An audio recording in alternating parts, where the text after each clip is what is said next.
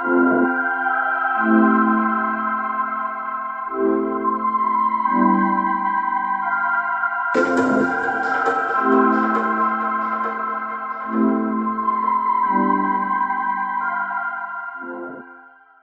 right, so this is what I'm giving the students.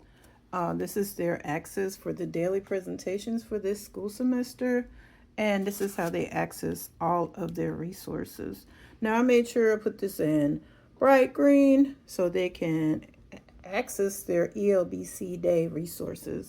The focus is primarily on recovery, but let's see. So what I'm doing is I'm actually uploading this into Canvas Studio. I have just recently started kind of playing around with it. My students do not have access to YouTube, so it's whatever I give them. So I have a little more control over what exactly they see. So this is already a video I made previously. What is it giving me? What is it doing? Okay, here we go. The question is it going to let me edit? So that's the big one.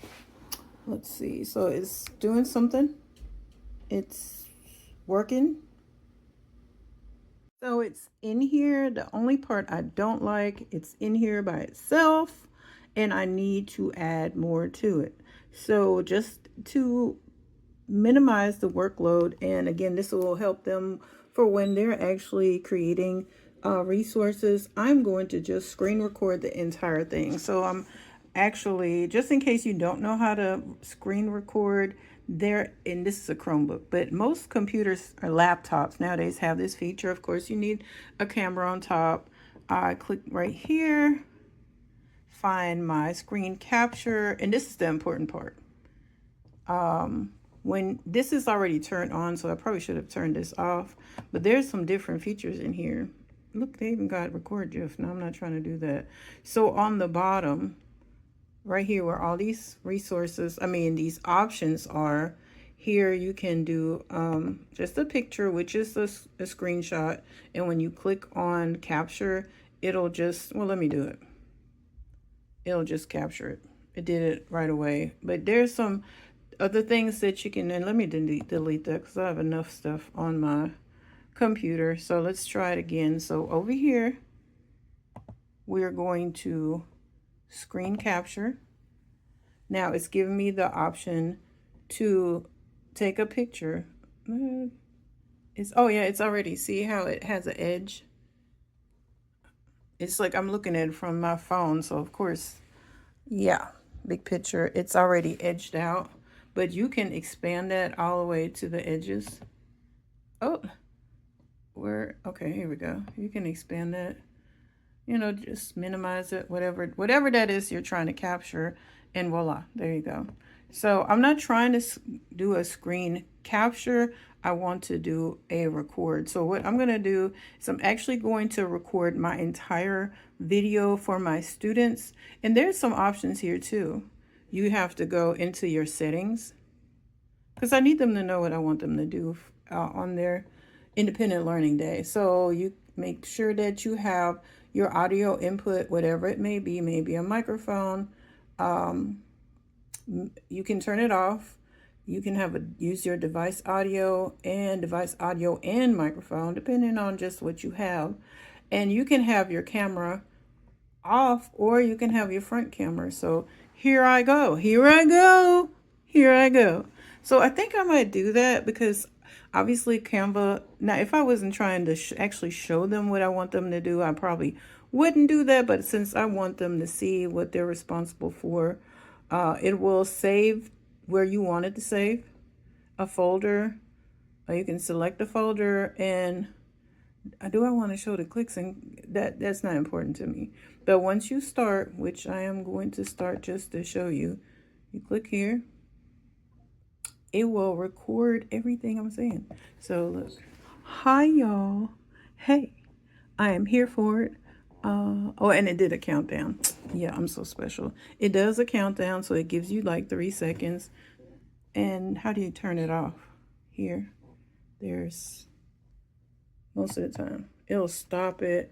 I'm going to delete it. Again, I have enough going on in my saved file. So one more time for the one time. So it should already be set how I need it. It usually leaves it how you have it, so you don't have to reset it. Just remember if you're trying to do something else. So I'm trying to, actually, what am I trying to record? Okay, this again. I'm just going to do this. I'm going to leave my picture right here, and then I'm going to record the video. But I'm not going to do that right now because I'm not even on the screen. I have to reconfigure some things. So I'll be back. So while that's doing its magic, let me say that we're in the midst of trying to work on video documentation on a DBQ, which is document-based questions, and they have primary and secondary sources, and I want them to use Canvas Studio. So this is somewhat a experimental thing for me, you know, trial and error, because I want them to be able to know how to edit and know how to communicate beyond just writing. Now, writing is important. This is the pre-work for it, and if they learn how to articulate their responses and get that concept through their brain and it comes out your mouth, it's more likely to be better. I'm not saying it's going to be the best, depending on what your skills are on paper. Plus, if they're delivering this resource to each other, then, you know, a lot of times students learn better from each other than from an adult or a teacher, because the lingo or even the interest, like, okay, I'm watching my friend on video and he or she is actually talking about something that may be of value to me. So that's a piece that we're working on right now.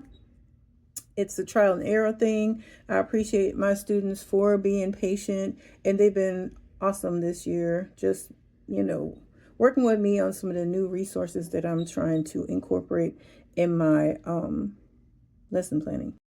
So this is pretty much my follow-up. In my ending to my video, I was able to upload the screen recording into my Canvas, and it was smooth for me because I was able to just have a one-stop shop. Now, what am I going to tell my students to do for their presentations? I'll have to go ahead and look at their Chromebooks again, because we've done this before.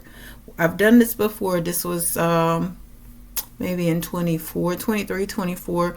So students have the capability on Chromebooks to be able to do voiceovers, or even, like, you know, have this little bubble option. I have to look at that again, but just for right now, this is my end result. I am in my what do you call this, Canvas, and I'm still, you know, exploring a lot of these options, because Canvas has not been one of my favorite, but I can see yeah, I can see some of the bonuses. Let me subscribe to comments just in case there will be some. But the big point in this was for my students to be able to access my instructions on Canvas. You should be able to do this in any LMS, any, you know, I don't know what you're using, but the big point of this video is to be able to screen record on a Chromebook or any other laptop. I haven't done it in a regular HP in a while, but I'm sure if I break that bad boy out, I can probably get there.